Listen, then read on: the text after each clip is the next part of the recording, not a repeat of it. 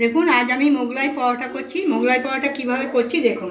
এই দেখুন ময়দাটা আগে থেকে আমি মেখে রেখেছি, এরকম বড় বড় লেচি কেটেছি, ডিম গুলে রেখেছি, আর বিনস গাজর ঘরে যা যা আনাজ আছে, গাজর টমেটো সয়া সস আর টমেটোমের সস দিয়ে এই পুরটা করেছি। এবার দেখুন আমি এটা বেলছি।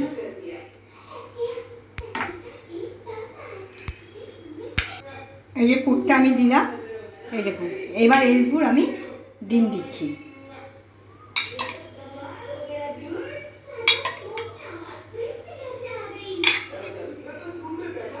এবার আমি কিভাবে পুরছি ইয়ে করছি দেখুন।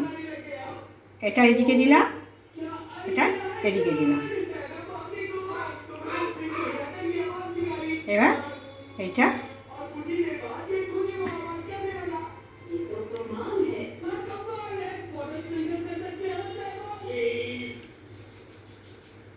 এইভাবে আমি এটা করলাম, এইভাবে এটা আমি করলাম।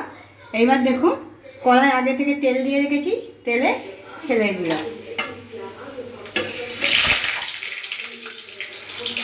পেছন দিক দিয়ে ছাড়লে ওটা খুলে যাবে না। এই দেখুন আমি মুখটা যেটা জয়েন করেছিলাম তেলের পেছন দিকে দিয়েছিলাম, দেখুন এই যে এইরকমভাবে দিয়েছিলাম, যার জন্যে মুখটা খোলেনি।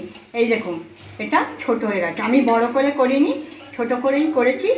এটাকে আপনারা মিনি মোগলাই বলতে পারেন। এই দেখুন আমার মোগলাইটা হয়ে গেছে।